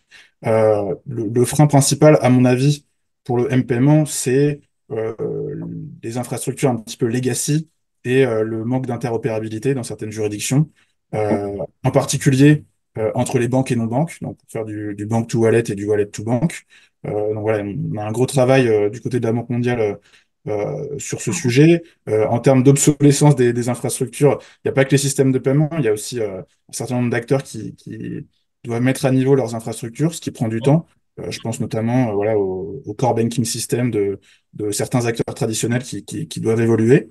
Et enfin, peut-être pour conclure, un point qui est vraiment fondamental à mon avis et qui a été mentionné plusieurs fois, euh, c'est la confiance et l'accompagnement des populations. Donc l'éducation financière et numérique. Je citais tout à l'heure le chiffre d'un adulte sur cinq qui n'a pas de compte en Afrique subsaharienne, cite comme principale raison le manque de confiance dans les institutions financières. Donc je trouve que voilà, ça reflète vraiment la situation et il y a tout un travail à faire pour la compréhension des grands enjeux économiques, mais aussi, pour moi, littératie financière va aussi avec littératie digitale. On a parlé de la fraude, former les gens à lutter contre la fraude, à utiliser les nouveaux devices, les smartphones. Il faut renforcer les cadres de protection des consommateurs. Donc voilà, je pense que ça, c'est un chantier qui est vraiment fondamental à réaliser en parallèle. Bon, tout à fait. Merci beaucoup, Thomas. Vous avez le droit de répondre sur le réglementaire et d'évoquer d'autres difficultés, si vous voulez. Alors, merci beaucoup. Moi, je pense que j'ai commencé par les difficultés et là, je pense que je peux passer peut-être à peut-être une petite synthèse. Il y avait Ouais. juste deux points sur lesquels je voulais réagir. C'est les personnes déplacées de force. C'est un sujet qui était évoqué par Chloé. Je la remercie de l'évoquer parce qu'ils font partie de nos cibles prioritaires. Et donc, on a travaillé aussi avec les institutions concernées pour que les personnes déplacées de force disposent d'une carte d'identité ou d'une carte nationale en tout cas, d'une durée de 5 ans pour qu'elle puisse être incluse financièrement. Et c'est quelque chose qui nous tient beaucoup à cœur parce qu'on est un pays qui n'est pas très grand, 4 millions. Nous avons dans une seule région environ 200 000 migrants et c'est quelque chose que nous pensons qui va augmenter avec le temps. Donc c'est très important de prendre les dispositions nécessaires pour l'intégration financière et économique de ces personnes qui se déplacent pour des réelles contraintes et ce qui peut arriver aussi à n'importe qui. Et je pense que c'est quelque chose d'important de mettre dans les différentes politiques et stratégies des différents pays. Je voulais réagir sur un second point, le rôle et le mandat des banques centrales, donc évoqué par Thomas, je le remercie. Il ne faut pas oublier que les banques centrales, souvent, c'est des institutions qui ont une certaine culture, en fait, surtout en Afrique. Et que c'est des institutions qui sont en général difficiles d'accès à travers un concours, etc. Il faut savoir que l'inclusion financière, d'une manière générale, demande de réagir soit sur l'offre, soit sur la demande, soit sur les deux. demande quand même, quand on se concentre sur l'offre, la diversification de l'offre financière, donc l'offre bancaire très importante, classique, et qui joue un rôle très important en Mauritanie parce qu'ils étaient l'un des premiers à prendre le digital à cœur et à développer des solutions digitales pour l'inclusion financière des personnes. Et donc, que ce soit les institutions bancaires ou les institutions, les établissements de paiement, les établissements de monnaie électronique, ou les opérateurs d'une manière générale. Je pense qu'aujourd'hui, à ce stade, depuis les débuts de ces stratégies d'inclusion financière, on ne peut pas aujourd'hui se permettre de se passer de l'un des acteurs ou de privilégier parce qu'on a besoin de tous. Et c'est dans l'intérêt aussi des utilisateurs finaux que d'avoir le choix et qu'il y ait une concurrence pour bénéficier d'abord du meilleur service, mais aussi du meilleur prix. Et c'est quelque chose qui est très bien pour tout gouvernement et pour toute banque centrale. Troisièmement, le rôle des banques centrales, il est quelque chose qui commence à changer un petit peu. Au début, elle s'intéressait beaucoup uniquement à la partie change, et uniquement à la partie politique monétaire, supervision bancaire, et c'était vraiment cloisonné. Et quand vous regardez les rapports du FMI, par exemple, en 1970, et les rapports du FMI aujourd'hui, vous allez voir que c'est extrêmement différent. En fait, cette évolution qu'il y a eu au niveau même des institutions classiques, y compris les banques centrales, doit être aussi accompagnée par une formation. C'est très difficile, en fait, sans faire des recrutements massifs. Et là-dessus aussi, nous, on a des difficultés parce qu'en fait, l'âge de départ à la retraite, c'est 63 ans. Donc, 63 ans, ça veut dire que depuis les débuts de l'inclusion financière, enfin, les différentes stratégies et cet engouement des différents pays pour l'inclusion financière, et en fait, les personnes actives sont toujours là. S'il n'y a pas de départ à la retraite, on ne peut pas recruter des jeunes. Et la diversification de l'offre demande et exige d'acquérir des connaissances.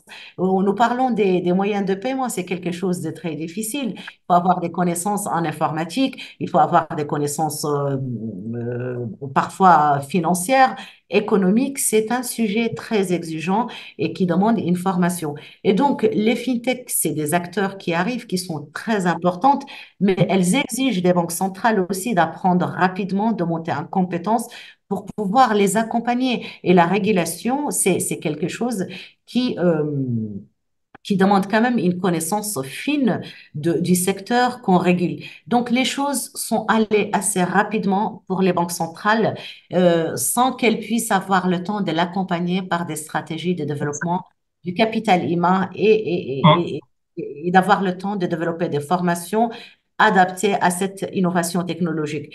Pour les banques centrales qui ont fait le choix de laisser faire et de réguler après, moi, je dirais que c'est un bon pari qui est risqué. Pour les plus prudentes et qui ont voulu réguler d'abord, certainement, ce n'est pas dans l'intérêt de ces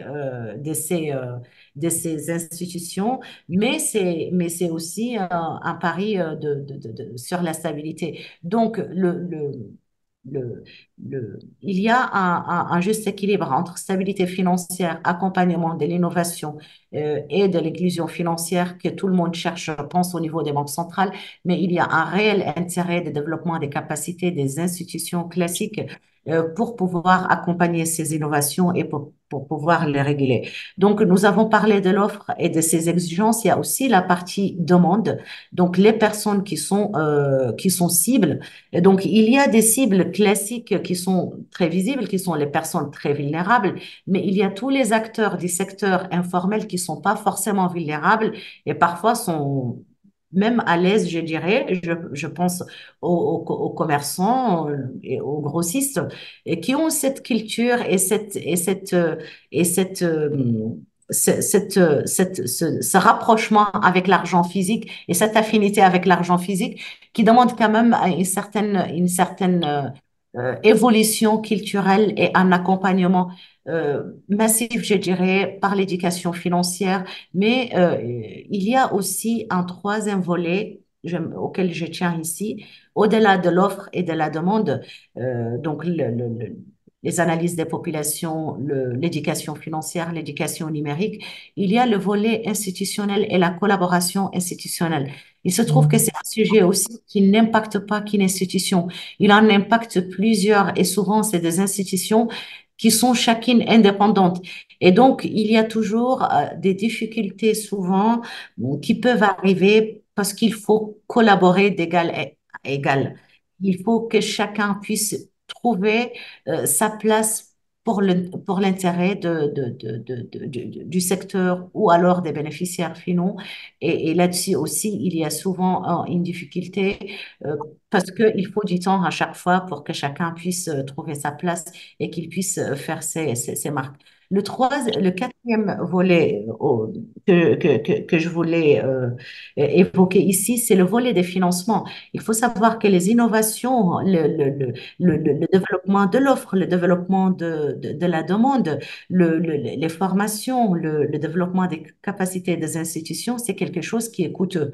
Et donc, les institutions n'ont pas non plus des moyens illimités et il n'y a pas de retour rapide sur investissement. C'est de l'investissement dans l'humain et souvent pour un dirigeant, c'est assez difficile à défendre vis-à-vis de sa hiérarchie parce qu'il n'y a pas de résultats palpables, il n'y a pas de produit qui est là, qui prouve le montant des pensées et qui le justifie. Donc, je pense que ces quatre éléments sont vraiment les clés. En tout cas, et avec beaucoup d'humilité, on est au tout début d'un processus euh, sur lequel on a fait certes des pas très importants, mais je pense que les différentes leçons, l'échange avec les différentes banques centrales et avec les autres institutions, en tout cas, ressortent ces quatre éléments. Et je pense que c'est important de rester, quel que soit le statut et l'avancement qu'on a eu dans l'inclusion financière, de rester dans cette humilité d'apprentissage et de partage d'expérience entre les différentes institutions pour bénéficier chacun du parcours de l'autre et en apprendre les meilleures leçons. Merci, Anna, c'était très complet. Moi, j'avais une dernière question pour vous quatre, et après, on passera à deux, trois petites questions. Alors, il y a une quinzaine de personnes à distance. Pour ceux à distance, posez vos questions par écrit dans le Q&A et Virginie nous les lira s'il y en a. Et on a 25 personnes en présentiel, donc vous pouvez lever la main. Enfin, ma dernière question, pour terminer sur une note positive, on est dans 5 ans, on est en 2029. Pour vous, qu'est-ce qui aura le plus changé par rapport à 2024? Est-ce que c'est dans l'interopérabilité, ça a été évoqué, dans les usages, on va aller au-delà des paiements, mais dans plein de services financiers. C'est quoi le changement majeur dans les 5 ans? Joël, je sens qu'elle est partie. Oui, bah, il y a déjà des choses très concrètes qui sont déjà faites. Et les banques centrales ont des projets d'interopérabilité, c'est en Afrique de l'Ouest, en Afrique centrale. Ça va booster les usages, ça va réduire en fait les barrières entre opérateurs. On n'aura pas besoin d'appartenir à un opérateur pour faire des transactions sur son réseau. C'est déjà le cas un petit peu. Il y a les usages liés au crédit et à l'épargne. Aujourd'hui, on a des clients, enfin, on débourse près de 2 millions d'euros par mois côté Orange Bank Africa pour des crédits qui font environ 170 euros en moyenne, avec des maturités qui vont de 30 jours à 6 mois. On pourra aller faire un achat dans un magasin et puis si on n'a pas assez d'argent sur son compte, ben, le payer en plusieurs fois. On pourra transférer de l'argent à l'international avec de plus en plus de corridors qui seront ouverts. Enfin, il y a une multiplicité des usages notamment autour du paiement, avec la carte virtuelle qui sera liée à son portefeuille mobile money. Donc ça, c'est des choses très, très élaborées, mais il y a surtout le fait de pouvoir réduire le cash, puisque les gens auront un intérêt à utiliser le mobile money. Quelqu'un qui va dans son quartier pour acheter une cigarette ou etc., il y a un gros problème aujourd'hui de rendu monnaie qui se pose dans nos pays. Et donc le mobile money est une réponse à ça en fait. Tous les commerçants, en fait, à partir du moment où ils comprendront en fait la plus-value, et c'est pour ça qu'à travers le crédit, ça peut être un axe en fait, puisque beaucoup de commerçants eux ont cette appétence à l'usage. Ils arrivent à accéder à un crédit auquel les banques ne leur donnent pas accès parce qu'ils ont besoin de tout petits montants sur peut-être des maturités courtes. Donc voilà, c'est toujours en fait aller plus loin, pouvoir aller d'un pays à un autre, utiliser son compte comme si on était chez soi, payer chez un commerçant. Donc vraiment abolir les frontières et puis multiplier les usages. Chloé, le changement majeur dans les 5 ans qui viennent, 100% de femmes en numérique, on a compris. Oui, 100%, on va aller vers là, mais surtout, voilà, dirais, je rêverais d'un monde où l'ensemble des différents segments de la population peut vraiment avoir accès au mobile money, pas uniquement, disons, les segments les plus viables commercialement, mais également que les fournisseurs de services financiers et les opérateurs mobiles aillent vers ces segments plus diminués, plus difficiles à servir. Et d'où aussi l'importance de l'innovation des fintech pour pouvoir trouver de nouveaux modèles, pour pouvoir toucher ces populations, les migrants, les femmes notamment. Et mon deuxième souhait, je dirais, ce serait vraiment que la communauté de l'inclusion financière numérique voit vraiment les services financiers dans leur finalité. Donc, pourquoi faire tous ces services financiers numériques? C'est vraiment pour pouvoir solutionner les défis de développement auxquels nous devons faire face, donc les défis de changement climatique, les défis liés à tout ce qui est autonomisation des femmes. On sait que l'écart mondial entre les sexes a énormément augmenté suite à la pandémie. Donc, le Forum économique mondial prévoit un délai, un plus grand délai. Donc, pour combler l'écart mondial entre les sexes, ça augmente, le délai a augmenté d'une génération entière depuis le début de la pandémie. Donc, on a vraiment reculé dans l'avancement de ces objectifs de développement. Et je pense que demain, dans les prochaines années, on peut voir vraiment l'impact des services financiers numériques pour aller combler ces écarts et également pour aller aider les populations dans la plus grande extrême pauvreté. Voilà. Merci Chloé, c'est très clair. Lala, Pardon, à choisi. un dernier souhait. Un dernier souhait, ce serait, j'espère qu'on pourra avoir, c'est déjà le cas, mais plus de collaboration entre les différentes parties prenantes des écosystèmes, qu'il y ait plus de partenariats. Et j'aimerais vraiment qu'on puisse continuer cette discussion, notamment avec vous tous, pour aller concrètement dans certains pays, peut-être en Mauritanie, là, aller voir comment on peut travailler davantage ensemble pour accélérer l'inclusion financière des démunis et notamment des migrants. Également travailler avec les opérateurs mobiles pour voir comment on peut designer des services qui soient plus adaptés aux populations démunies également. Ah bah, on se retrouve dans quelques années, on fait un bilan Voilà. de ce que vous aurez fait tous les quatre. On va pas attendre trop de temps non plus, hein. C'est pas ça, quand même. Lala, s'il y avait voilà, une évolution, un changement majeur que vous voyez arriver, que vous souhaiteriez dans les années qui viennent dans ce sujet. Moi, je rejoins totalement ce qui a été partagé concernant l'inclusion financière et concernant la finalité. En réalité, c'est important c'est important de donner du sens à l'économie, à la finance, au numérique, etc. Nous travaillons pour les gens et c'est un honneur pour nous.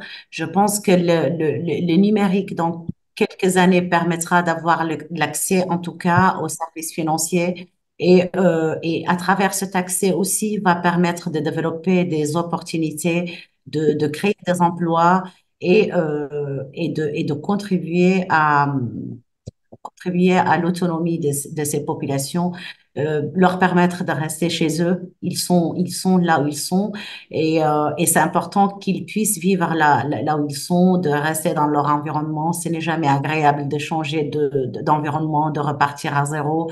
C'est important aussi pour les personnes déplacées de force, je pense, et j'en parle particulièrement et les personnes déplacées en force et les femmes pour les deux de pouvoir arriver à leurs objectifs, arriver à leurs fins. Pour ce qui est des personnes déplacées, c'est important qu'ils puissent s'intégrer financièrement, économiquement là où ils sont, ou qu'ils puissent aussi construire un avenir meilleur d'où ils viennent et qu'ils puissent revenir et trouver quelque chose là-bas. Moi, je pense que le levier de l'inclusion financière principal est le développement du numérique. C'est important de l'accompagner par la sensibilisation pour éviter d'abord les soucis liés à la sécurité, mais c'est important aussi une fois qu'on a réglé le problème d'accès et le problème des financements de toujours avoir en tête de sensibiliser ces personnes aussi sur le surendettement.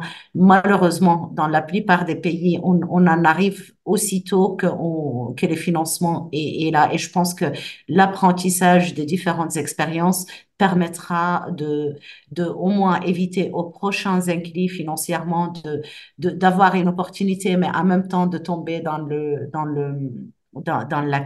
l'excès et dans le surendettement, ce qui les met en Hum, difficulté. ouais, tout à fait.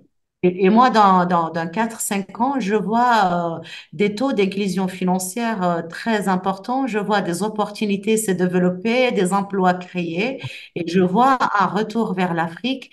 Je pense que c'est un cercle extrêmement vertueux qui permet de créer des opportunités en Afrique, qui permet de collaborer pour le bien de toutes les populations. Et je pense que moi, dans 5 ans, je pense qu'on aura peut-être d'autres problématiques. Je l'espère en tout cas. Et, euh, et, euh, et c'est important de garder l'espoir pour un avenir meilleur. Et je pense qu'il y a quand même il y a quand même des choses qui nous permettent de de présumer que l'avenir sera meilleur avec toutes ces stratégies des différents organismes d'accompagner les plus démunis, mais aussi des institutions et avec aussi cette prise en compte des problématiques liées au changement climatique à l'inclusion financière et aux personnes déplacées de force. Ça ne peut qu'être positif parce que, en tout cas, elles sont prises en compte maintenant et avant, elles ne l'étaient pas. Donc, moi, je suis assez optimiste et je pense que on est à un moment important où tout le monde milite pour les causes principales qui peuvent ouvrir des nouvelles portes En tout cas, merci Lala pour l'optimisme, on en a besoin. Thomas, dernier mot pour vous. Merci à vous. Restons sur l'optimisme, s'il vous plaît.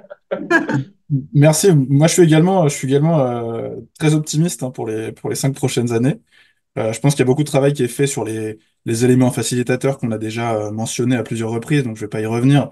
Et voilà, sur l'enregistrement des populations à l'état civil, sur la délivrance d'identités qui permettent de réaliser le KYC, sur la couverture mobile, Internet, la lutte contre l'informalité, le développement du e-commerce, etc. Donc je pense que tout ça, ce sont des éléments qui peuvent accélérer un petit peu ce phénomène d'augmentation de l'inclusion financière en Afrique.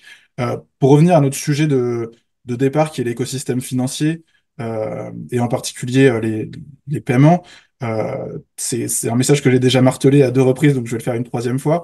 Je pense que vraiment un élément clé, ce sont les systèmes de paiement instantané dernière génération qui vont permettre de développer l'interopérabilité dans certaines juridictions, mais pas uniquement. J'ai envie de dire, ça va aussi au-delà de l'interopérabilité.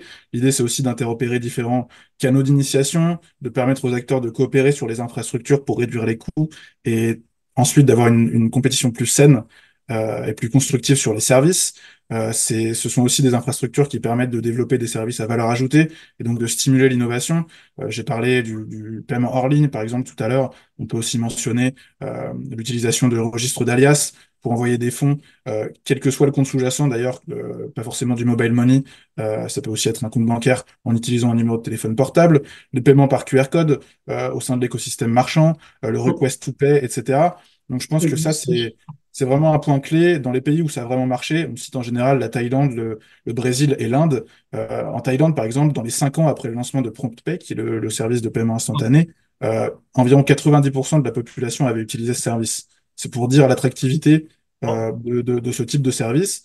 Ça permet aussi des cas d'usage qui ont été mentionnés, hein, les transferts sociaux, les paiements gouvernementaux, etc.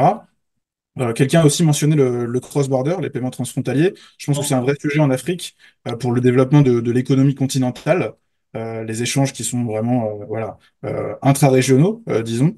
Il y a plusieurs initiatives pour interopérer différents systèmes de paiement, pour créer des systèmes de paiement sous-régionaux, disons. Euh, pour moi, le fait d'avoir une infrastructure de paiement instantané qui est moderne et efficace d'un point de vue national, domestique, c'est la première pierre qui permettra de développer aussi ces échanges au sein du continent et qui ont vocation à représenter une part de plus en plus importante. Donc voilà, nous, à la Banque mondiale, on travaille beaucoup sur le sujet, notamment en Mauritanie. Euh, on travaille dans plus de 30 pays sur les paiements instantanés. On a des investissements qui représentent à peu près 50 millions dans une douzaine de pays. Donc c'est un sujet qu'on prend très à cœur. Il y a d'autres tendances qu'on peut mentionner.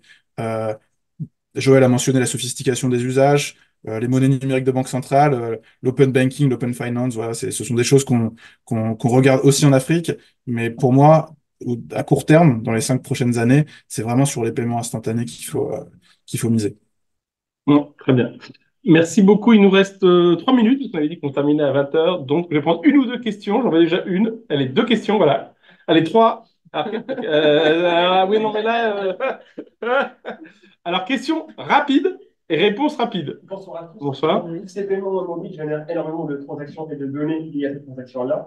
Est-ce qu'il y a des actions ou à minima des réflexions autour d'autres usages qu'on peut faire à partir de ces données, notamment pour l'administration fiscale, sociale, pour cibler les aides pour les ménages où on voit qu'il n'y a pas de transit financier, voire de sécurité pour lutter contre le terrorisme ou les... Est-ce qu'à distance, vous avez entendu la question? Ou je répète?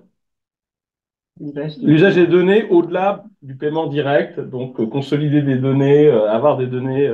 Moi, je peux peut-être Vas-y. je vais commencer sur ce sujet-là. En fait, les données, c'est vraiment la matière première de ce qui permet d'offrir des solutions sur mesure. Aujourd'hui, ce sont les données qui nous permettent notamment de faire du crédit instantané. Puisque le client qui a un crédit qu'on ne connaît pas, qui on n'a pas reçu, qui nous a pas fourni de fiche de paye, dont on ne connaît pas l'adresse, c'est ces données d'usage, sa géolocalisation, c'est les montants qu'il utilise, les factures qu'il paye, qui nous permettent de le scorer et de lui faire du crédit. Ensuite, il y a d'autres cas d'usage. On utilise également les données pour déterminer des éventuels scénarios de fraude. Donc ça fait partie également des choses. On a en Afrique de l'Ouest un bureau de crédit qui s'alimente beaucoup de nos données. C'est plutôt à notre détriment puisque on cotise pour aller interroger des bases lorsque les clients font crédit, mais en fait, ils n'ont aucune donnée, c'est nous qui les alimentons avec les crédits qu'on distribue auprès des clients. Donc, ça sert aux régulateurs, ça sert pour anticiper, pour mieux coller en fait aux besoins, puisqu'on peut, à travers les différents usages, connaître les habitudes de consommation, etc. Et après, c'est des choses qui ont de la valeur. La force des fintech, en fait, c'est qu'elles arrivent à agréger des données de plusieurs écosystèmes. Elles ont des systèmes très agiles, elles vont aller récupérer des données au niveau des réseaux sociaux, au niveau des données bancaires, au niveau du téléphone. En Chine, on a des cas d'usage où on arrive à scorer les clients en fonction de la manière dont ils gèrent leur alarme. Je donne un exemple, excusez-moi, on parle d'alarme. Il est 20 heures, c'est pour ça, on avait dit, ça c'est impressionnant. Tu ne veux pas à ça. Pardon. Un client qui a tendance en fait à mettre son réveil, à l'éteindre, à le mettre en snooze et à se rendormir, eh ben, il est moins fiable qu'un client qui ne le fait pas. Vous voyez jusqu'où ça peut aller. Donc voilà. Big 2 heures. Alors, je propose une question, une réponse pour aller vite et plusieurs. Il y avait une autre question au fond. Alors, même deux, je crois. Madame, juste devant le premier. Allez-y. Merci beaucoup. Question rapide. Réponse rapide. Et je travaille dans le digital et l'inclusion, donc c'est rapide d'écouter vos propos. Une question par rapport au mobile versus les cartes, et surtout sur les continents, on voit qu'il y a quand même, tout le monde a dit que ça va pas être trop les cartes, on voit quand même qu'il y a des partenariats qui se font et que les cartes sont là pour rester, je pense. Même le PAM a fait quelques tentatives en Jordanie avec les cartes, etc. Donc, à votre avis, comment est-ce que ce jeu de canal, Alors, les cartes ou le mobile, qui voudrait répondre? Ou Katsan? Moi, je veux bien essayer. Ou Chloé, peut-être? Non, Chloé? Alors, j'ai pas totalement entendu la question. Le choix entre le paiement par mobile ou les cartes qui se redéveloppent de nouveau. Est-ce qu'il y a des arbitrages à avoir, l'un remplace l'autre? Je pense que c'est vraiment important d'interroger les populations là-dessus. C'est-à-dire que nous, au PAM, par exemple, en Jordanie, on laisse toujours le choix. Donc, quand le PAM est passé disons, de l'assistance, au début, il donnait de l'assistance sur des cartes qui étaient enregistrées au nom du PAM. Et maintenant, on a permis aux populations assistées de choisir de recevoir leur assistance sur un compte Mobile Money. Donc, ce qu'on fait, c'est vraiment de permettre aux populations que l'on assiste de décider d'elles-mêmes et en fonction de leurs besoins et de leur contexte. Bien sûr, on explique le plus possible les avantages d'aller vers un compte mobile money parce que ça leur permet d'accéder non seulement à l'assistance humanitaire, mais à plein d'autres services, de recevoir des rémittances internationales, de pouvoir envoyer de l'argent et de pouvoir payer les fournisseurs également dans les camps, par exemple, ou de pouvoir payer l'argent dans les camps de réfugiés en Jordanie, dans ce qui est le cas. Donc, moi, vraiment, ma réponse, ce serait il faut toujours voir l'œil de l'utilisateur et laisser le choix à l'utilisateur. Je peux peut-être apporter un complément. Peut-être, ouais, Oui, en fait, la carte physique, elle a tendance à plutôt disparaître. Aujourd'hui, même avec un mobile money, on peut offrir une carte physique. Il y a des cas d'usage tout simples où les clients ont des cartes prépayées. Elle n'est pas liée à un compte bancaire. C'est une carte qu'ils approvisionnent qui leur permet de voyager, de faire des paiements. On a des cartes virtuelles. Et on a constaté en fait que les cartes, parfois, c'était juste un gadget pour des personnes qui avaient envie d'avoir l'impression d'avoir un vrai compte.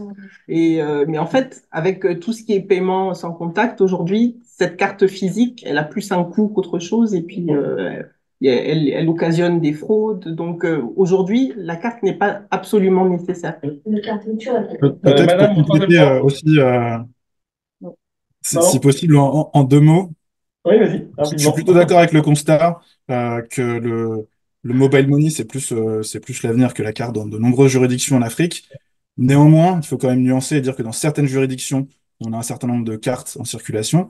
Donc voilà, il faut aussi faire avec ce qu'on hérite du passé. Et là où la carte est meilleure, effectivement, aujourd'hui, c'est pour faire du e-commerce, c'est pour payer à l'étranger, pour les gens qui voyagent, parce que la carte permet une meilleure interopérabilité en cross-border que le mobile money. Et donc, voilà, si on souhaite vraiment faire cette transition de la carte vers le paiement mobile, je pense qu'il faut aussi adresser, euh, disons, ces problèmes, en tout cas ces champs où la carte fait mieux que le paiement mobile et que les paiements de compte à compte. Madame, au troisième rang, une question. Oui, je vous en prie. Oui. Bonjour, merci beaucoup. Donc, j'ai une question. Donc, pour vous faire un peu le background, j'ai travaillé sur un projet de microassurance indicielle et ensuite sur un projet de microfinance digitale. Ma question est que, en Afrique, en général, structurellement, on a 110% de la population dans le secteur agricole. Donc, sur des zones qui ne sont pas très bien couvertes par le réseau. Est-ce que, de vos expériences sur le terrain, vous avez des produits, en fait, qui permettent de toucher ces personnes? Est-ce qu'il y a une forte plus-value de la transformation digitale qui permet à ces personnes-là d'être beaucoup plus autonomes économiquement? Pas dans forcément un entrepreneuriat de subsistance, mais dans quelque chose de beaucoup plus pérenne dans le temps. Qui veut répondre? Oui, en fait, aujourd'hui, la couverture du réseau, elle ne fait que grandir. Elle ne fait que grandir. C'est vraiment l'accès à l'équipement. Si on parle de personnes qui ont une activité économique, ça veut dire qu'elles peuvent accéder à un smartphone. Il y a même des smartphones à faible coût. Et ça leur permet au contraire de pouvoir plus facilement mener leur activité. Parce qu'elles peuvent payer des fournisseurs sans avoir à se déplacer. Elles peuvent acheter des biens à distance. Elles peuvent faire de l'activité de crédit. Donc aujourd'hui, c'est plus vraiment un frein à partir du moment où ce sont des populations qui ne sont pas trop vulnérables. Là où il y a encore du travail, et ça va concerner surtout le coût de l'usage, c'est pour les populations extrêmement vulnérables. Et donc c'est à travers le fait de pouvoir offrir des transactions à faible coût.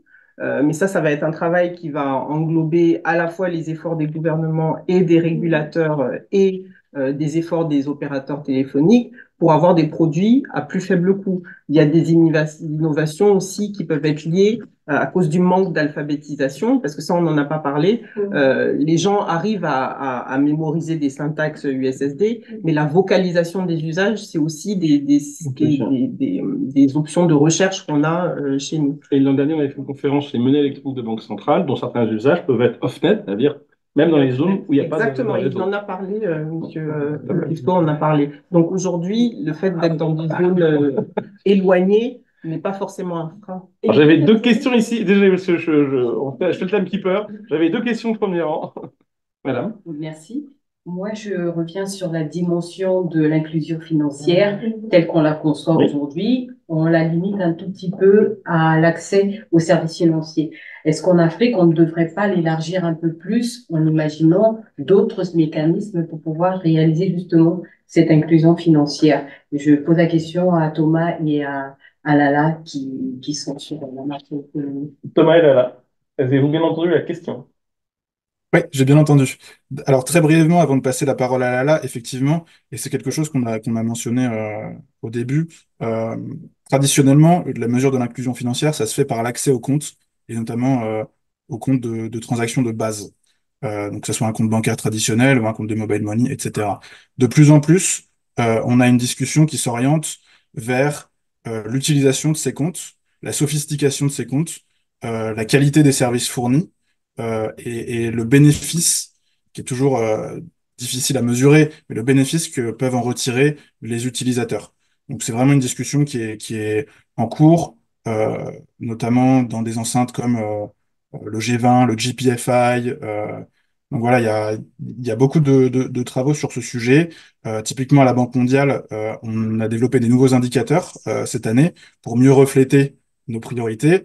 Et on a transformé typiquement des indicateurs sur l'inclusion financière euh, en partant de l'accès pour se diriger vers l'utilisation des services financiers. Donc c'est vraiment une discussion qui n'est pas encore totalement aboutie aujourd'hui, mais qui est de plus en plus prise en compte. J'essaie de trouver. Madame, petit complément sur cette question?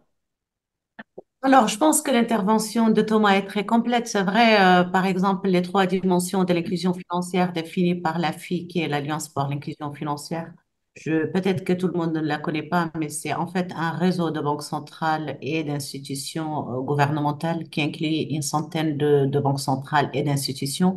Et donc, il tourne autour de trois éléments: l'accès, l'usage et la qualité des services.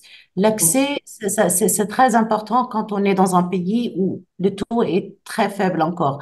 Mais une fois qu'on a créé ce compte, qu'est-ce qu'on en fait? Est-ce qu'il sert seulement à recevoir une aide et puis après, à plus rien?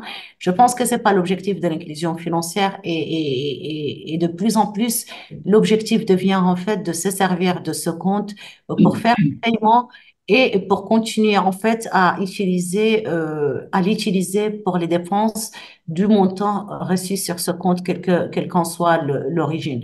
Après, la qualité, bon, moi, les informations que j'ai, plusieurs pays essayent de la mesurer. Elle est basée sur en général, des indicateurs qualitatifs et ce n'est pas facile de la mesurer. Mais en tous les cas, on peut dire que du moment où la demande de, de, de, de- où la demande a trouvé une offre, où l'offre a trouvé une demande, ou qu'il y a un croisement entre l'offre et la demande, et que le taux commence à augmenter et qu'il y a un vrai usage des, euh, des outils, par exemple, de paiement, et une réduction de l'utilisation du cash, qui de cet effet aussi coûte cher à la Banque centrale, son maintien, sa destruction, sa fabrication, sécurité. Et donc, du moment que l'usage et l'utilisation du cash diminue, généralement, c'est qu'il y a un usage plus important Il y a en fait la dimension de l'usage qui est de plus en plus remplie. Pour ce qui est de la qualité, c'est une discussion qui peut être très large, mais ce sont quand même des indicateurs qui, aujourd'hui, bon, certains pays ont avancé sur les mesures, mais c'est quelque chose, c'est la troisième dimension, c'est le point le plus difficile. Et déjà, si on arrive à l'accès, à l'usage, on règle déjà énormément de problèmes économiques et sociaux Je prends les deux dernières questions et après on arrêtera. Donc, monsieur d'abord, avant. J'avais une lever la main dans les premiers. Ouais. Bon, j'ai deux questions, mais je vais en choisir une. On a beaucoup parlé d'interopérabilité. Concrètement, où on en est, parce qu'il y a eu un moment une initiative entre Orange et MTN qui ont créé Mowali. Donc là, je vois qu'on se retourne vers les banques centrales. Concrètement, où en sont justement les banques centrales, les différentes banques centrales en Afrique, sur les projets d'interopérabilité et comment elles peuvent assumer ce rôle. Peut-être Thomas, parce que c'est un des gros sujets de la Banque mondiale, je pense, l'interopérabilité. Il y a des initiatives très concrètes. Tout à fait, tout à fait. Donc les projets d'interopérabilité, disons, avancent. Euh, Aujourd'hui, je pense qu'on couvre plus de la moitié du continent avec au moins un système qui permet l'interopérabilité. Je parlais tout à l'heure des paiements instantanés. Pour nous, c'est vraiment l'objectif final, parce que dans certains pays, on est passé par un intermédiaire qui permet d'interopérer, disons, les solutions de mobile money, un switch mobile, mais qui n'est pas tout à fait à l'état de l'art du point de vue de l'interopérabilité des systèmes de paiement de détail. Mais je pense que c'est quelque chose qui avance, qui a des projets en cours dans de très nombreuses juridictions euh, en ce moment. Voilà, j'ai pas les chiffres sous les yeux, mais je mentionnais tout à l'heure nos engagements. À la Banque mondiale, on finance actuellement autour de 50 millions de composantes en lien avec les systèmes de paiement de détail instantanés qui permettent cette interopérabilité. Et dans le pipeline, on a de nombreux pays. Je ne vais pas citer de nom, mais il y en a de très nombreux sur le continent africain. Donc voilà, je pense qu'il y a vraiment une accélération ces 3 dernières années sur ce sujet-là. Et la grande majorité des juridictions sur le continent sont au moins à une étape de réflexion et de conception euh, de ces projets. Certaines sont en implémentation et puis on a un certain nombre de pays aussi qui les ont déjà mises en œuvre au cours des dernières années.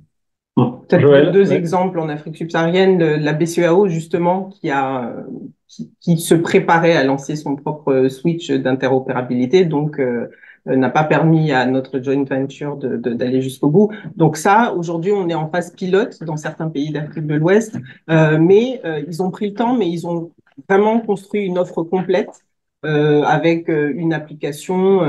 On est vraiment face à une offre quasiment de fintech avec des QR codes pour les paiements, etc. Donc, c'est long, mais voilà, les travaux sont en cours. Côté Afrique centrale, il y a un switch qui est déjà existant, le GIMAC, mais qui pose quelques problèmes de qualité. Aujourd'hui, on est confronté à des situations où les pays préfèrent, notamment pour le transfert international, s'interconnecter directement au hub de transfert que passer par le GIMAC parce qu'il y a des gros problèmes de qualité. Donc, ça se met en place. On aimerait qu'il soit un peu moins intrusif, notamment sur la définition des tarifs, etc. Mais voilà, ça se met en place. La dernière question, parce que pas mis Oui. up. Merci pour vos interventions. J'avais une question sur l'interopérabilité aussi, notamment au niveau de l'authentification et de l'identité digitale, de savoir si on a un utilisateur qui est un jeune opérateur, qu'on arrive à le suivre aussi sur ses mouvements sur les autres opérateurs pour garantir aussi des minimums de fraude. S'il y a des travaux qui sont menés dans ce sens-là avec les banques centrales ou les États. Enfin, il fonctionne avec des alias, en fait. Après, c'est le régulateur qui définit la nomenclature, la typologie des comptes. Et donc, chaque client, en fait, génère un alias. Et c'est avec cet alias qu'il fait sa vie sur la plateforme d'interopérabilité. Ben, j'en profite de faire de la pub parce que le 11 juin, ici même, il y aura une deuxième conférence de la commission digitale cette année, les dates sont un peu rapprochées, c'est un hasard des calendriers, et qui sera sur le e-gouvernement et notamment sur tout ce qui est identité numérique. Alors, ça peut servir dans le cas des paiements, mais aussi pour tout ce qui est interopérabilité des documents publics, donc ceux fournis par les différents gouvernements, et on aura quelques retours d'expérience, à la fois d'équipementiers, Thales, etc., Mobilitas qui font ça, mais également des retours d'expérience du Congo et d'API d'Afrique du Nord sur concrètement l'usage effectivement de ces identités numériques, dont biométriques, qui a été évoqué tout à l'heure en cours de discussion. Je vois que le sujet est passionnant. Je vous dis l'année prochaine, on va en refaire un parce que là, je suis désolé de frustrer tous ceux qui n'ont pas pu. Il y avait une ou deux questions aussi à distance, mais désolé, c'était dit 20h, déjà 20h15, je dois faire le timekeeper. Un grand merci à Joël, à Lala, à Chloé et à Thomas, voilà, ils sont encore là. Merci pour la clarté de vos explications et l'engagement, parce qu'on sent que c'est un sujet, vous êtes vraiment tous dedans et c'était une très très belle conférence. Merci beaucoup, je pense qu'on peut